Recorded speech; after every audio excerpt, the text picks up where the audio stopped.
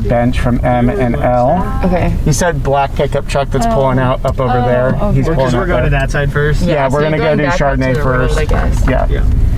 But then we're now working with some new Syrah, more modern, up in Z, which is like the block that was planted for Keep It for Bob Lindquist. So Okay. it's slightly more modern, but also maybe it'll potentially be a really good blender with X, because X, like, you know, we've never gotten it to 23 bricks. Wow. So it's gorgeous aromatically, it's amazing, but at the same time, having something that might have a little bit more weight is good. Yeah. What I also love too is all the green are just avocado orchards. I like the little avocados. Avocados. Tokai Friulano.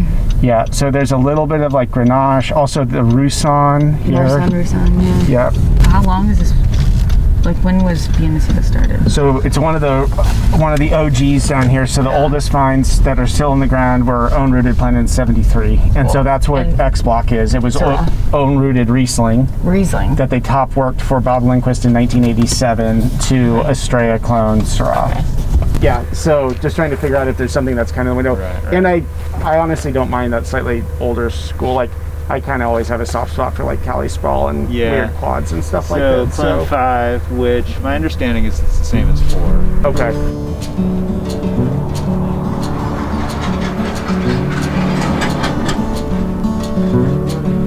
It was on a true quad. I mean, you can still see the metal in there. And Chris, he explained it to me. He thought it was too congested. Yeah, that's so cool. We just let it sprawl, and you know, you get short shoots. It's virus, but it's pretty open for how much fruit's there.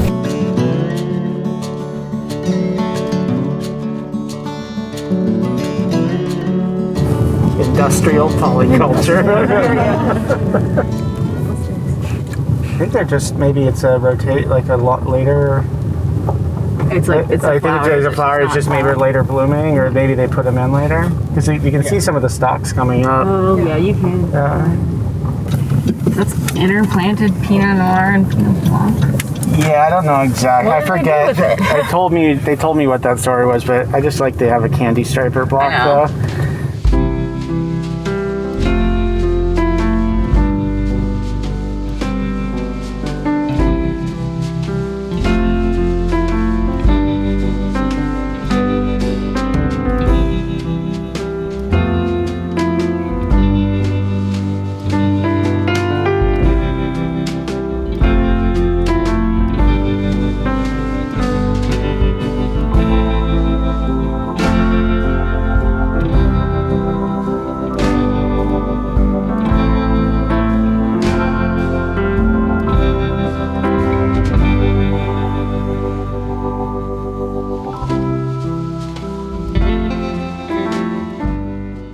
So this is X Block Syrah at Bien Nacido. So like one of the most famous sites for Syrah, like in California and in California history.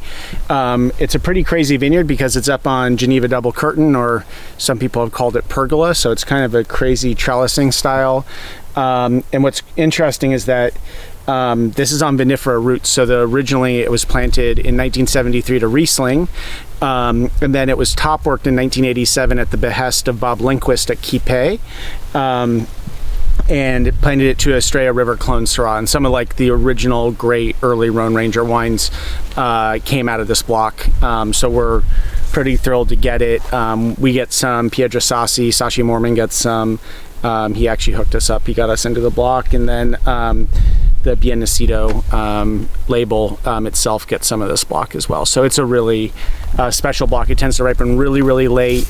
It gets physiologically mature well ahead of its sugar accumulation, which means that it's very rare that we pick this block above like 22.5 bricks, even if we're picking it at the very end of October. So very perfumey style wine. So yeah, when Morgan talks about top working, what he's referring to is just that, you know, we had Riesling growing here, presumably on the same trellis system, and then someone decided they wanted to change the variety, and with grapes, all you have to do in order to change variety is you basically cut off what was the head of the old vine, and you put a bud of the desired variety onto that trunk, and the vine will heal the wound and connect the vascular systems, and then you have a new variety. So basically that first year you kind of train up your new structure, and by the next season you'll have nearly a full crop of the new variety. So that's the quickest way to change varieties in a vineyard. You know, the downside of it is you create a pretty big wound, but because these vines were own rooted in the first place, that's actually the only grafting site on these vines. So it's not like, sometimes you'll see vineyards that have been top worked over and over again, and you definitely see a decline over time, just because every time you injure the vine, it creates scar tissue and lessens vascular flow. But these vines are extremely healthy. Yeah. Extremely. Cool. How's it taste? Not great yet. Starting to get a little flavor. Like Morgan was saying, this really gets flavor early. So in years past, you know, we've thought this block was high 22s, 23s, and then we'd put it in the refrac and it would barely be 20. So we kind of have to adjust our sugar meter here, because flavors and color just develop at such lower sugar levels. But for right now, it's pretty clearly not close.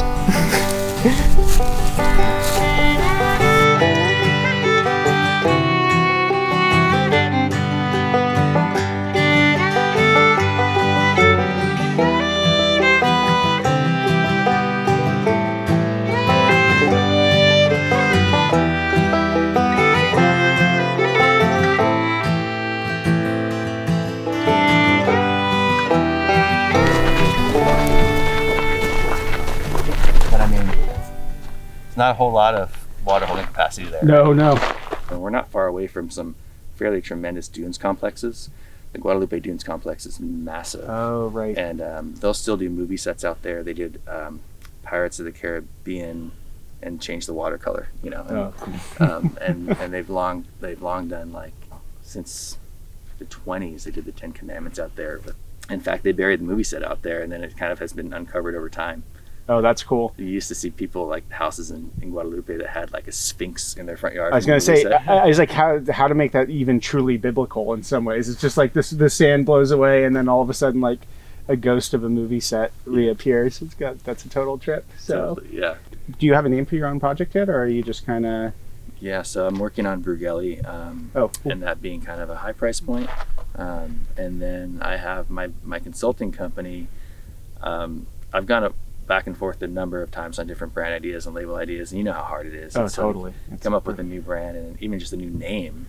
It's brutal. It's ridiculous. It's the hardest thing, because it's all taken or they're all bad. Oh, and it's like I do not envy anybody that's going through the process. I was laughing pretty hard with Maggie the other day. I was like, Maggie, I came up with the greatest name for a label, and I looked at it, and you've got it. That's very funny. I thought Coriolis Effect would be a great name, right? Oh, and yeah. I look it up, and sure enough, she's got Coriolis it. Effect. Yeah. I mean, just that well-known, Yeah. you know, Yeah. the well-known phenomenon. Totally.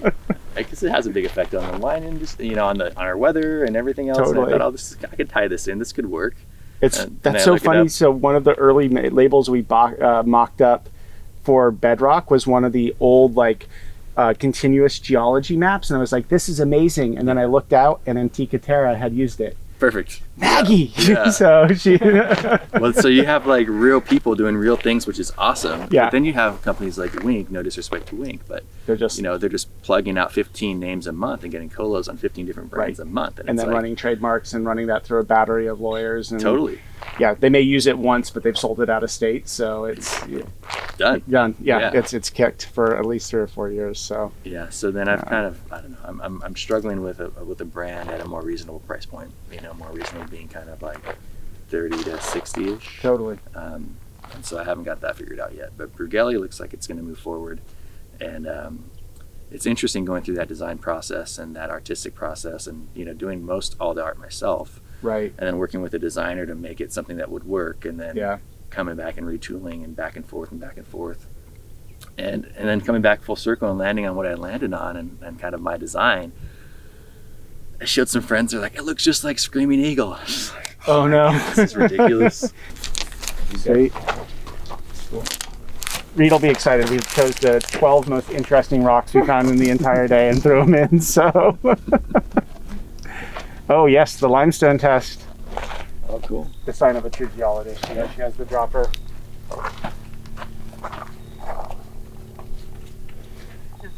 No. What about on the I think backside? it's dirty quartz. It sounds like a great Yeah, name for a I think band. it's quartz too. Quartz, huh? Just with the way that it's fracturing. It doesn't make sense that, I mean, that would have been like layers down here unless I would have really been uplifted up there and then had a river flow down here. And with these white That rocks, doesn't really make sense to me. quartz as well. I mean, we'd have to crack Cut these 'em, open, yeah. but this looks like quartz. Yeah. It's just a river rock, so it looks Yeah. very smooth. But Right. just the way that it's fracturing, it's just there's no real like angles or planes. It's very just all over the place, which is a super quartzy thing to do.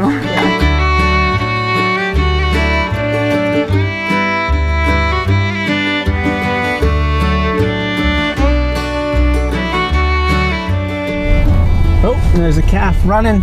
He's going.